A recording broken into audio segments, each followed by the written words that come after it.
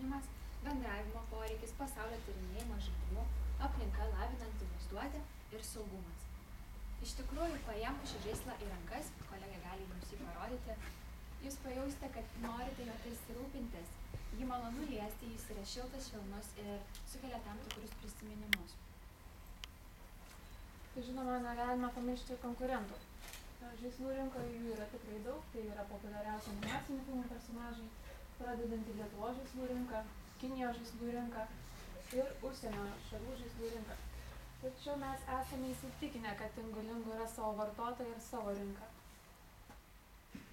Ir be jokios abejonės visam tam įgyvendinti reikalinga tam tikra partnerių komanda, kurią pas mus sudaro Tingulingu komanda tai mes, InnoSpark, Demola Vilnius ir robotikos mokykla, kuri mums labai daug padėjo sprendžiant tam tikrus techninius klausimus įgyvendinant šį produktą. Noriu pasakyti, kad visa partnerių komanda stengiasi bendradarbiauti, dalinti savo kompetenciją tam, kad būtų pasiektas bendras mūsų tikslas. Ir dabar bus trumpas video apie patį Tingulingų, apie jo funkcionavimą. Kažkodėl nerodo.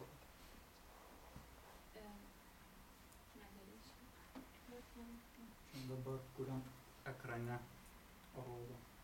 Ta prasme, techniniai nesklandumai. Turėtų ten atsirašyti.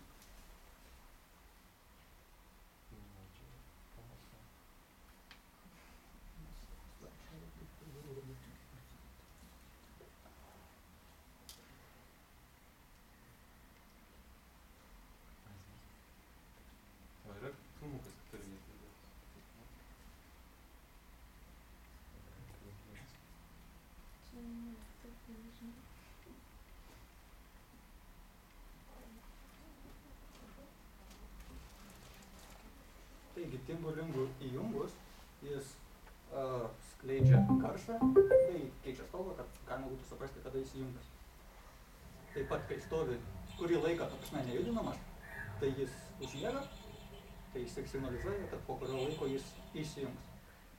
O pradėjus jį linguoti, jis skleidžia pasimėgavimo garsus, nes jam patinka linguoti.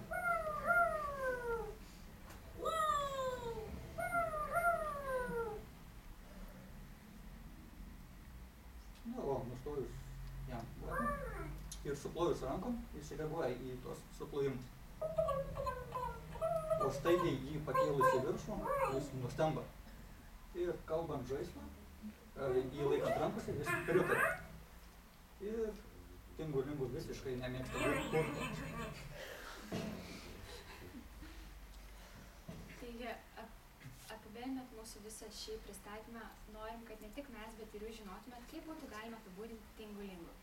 Tai pirmasis unikalios formos. Saugus lietuviškas žaislas, kuris skatina vaiko kūrybiškumą bei skatina mąstyti. Ačiū.